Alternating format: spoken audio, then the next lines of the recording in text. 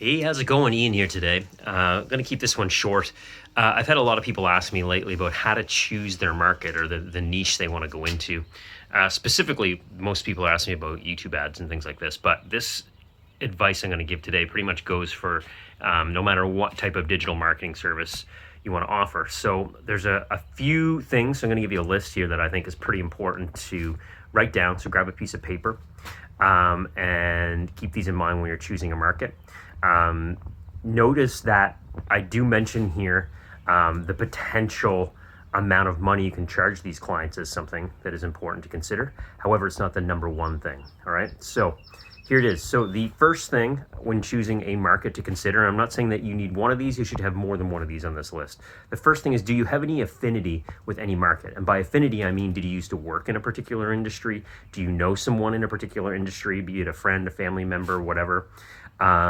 Do you know someone who knows someone, or is there some way you have an in with a market, right? That's the first thing, because then there's a few benefits to this. One, it's going to be easier to find clients, right? Because you'll be able to talk to them directly. But also you likely have some of the lingo down, and knowing the lingo, the way that a market speaks, the words they use, the acronyms, the insider terms and things like this that they speak about is very important, because you build rapport with your clients much faster when you're on calls and things like this. So that's the first thing. The second thing, which I think too many people overlook, is how easily accessible are they? And by accessible, I mean, let's think about who's easier to get with cold email, right? A mortgage broker or a realtor, or a dentist?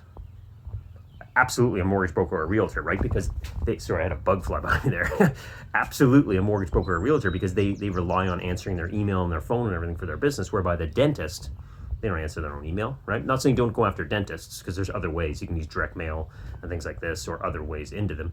But keep that in mind, right? So what I look for is there search volume? Look at SEMrush or Google's Keyword Planner and see if there's search volume for that industry looking for leads, like mortgage broker leads, or dentist patient marketing, or life insurance leads, things like this, because that means they're actively looking, and you can run your own paid media for that. You can also run ads, of course, on Facebook, YouTube, and everything like this to acquire, but I use the search principle as a really important factor when I'm trying to decide on a market that we might want to enter.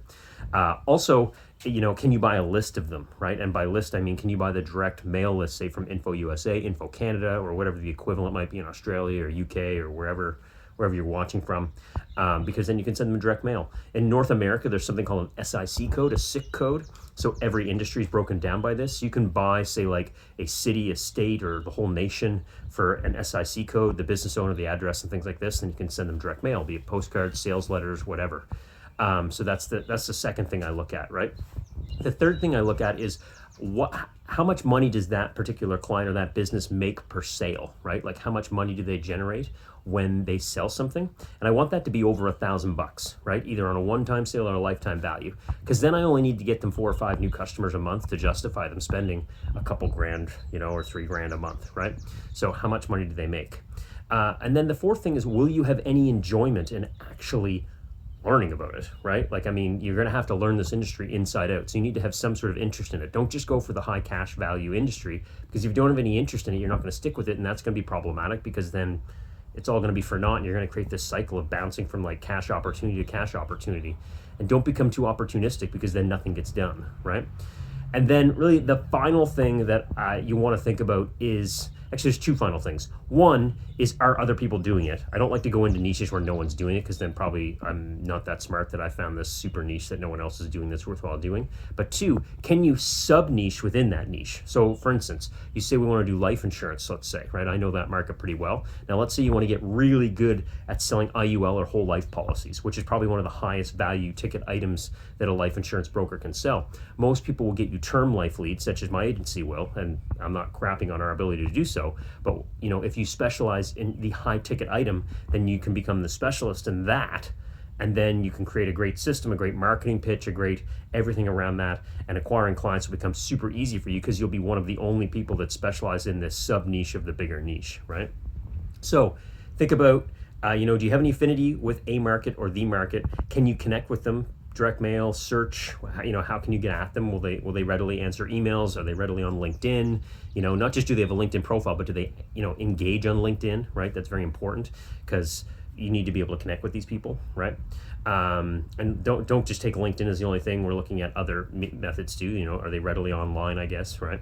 And then how much money do they make? So you can potentially charge them a fair fee. We don't want to be working with somebody for like $200. You know, you don't want to sell the food trucks when you only charge them $100 a month to run like pin drop Facebook ads, right?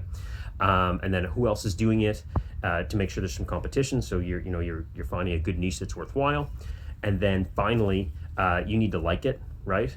And also, is there sub niches within the main niche? So look at how you can pick all these. You don't need to pick the sub niche yet. I would specialize at the top level, but when you start to really get into it, you'll find out all these other sub topics and sub areas that could be important for you to look at. That could make you more money and make you more of a specialist and make you more indispensable. So thanks for watching. As always, click the bell below to subscribe so you'll get all my future videos to help you grow as a digital marketer. And I thank you very much for your time today and watching this. We'll see you in the next one. Bye for now.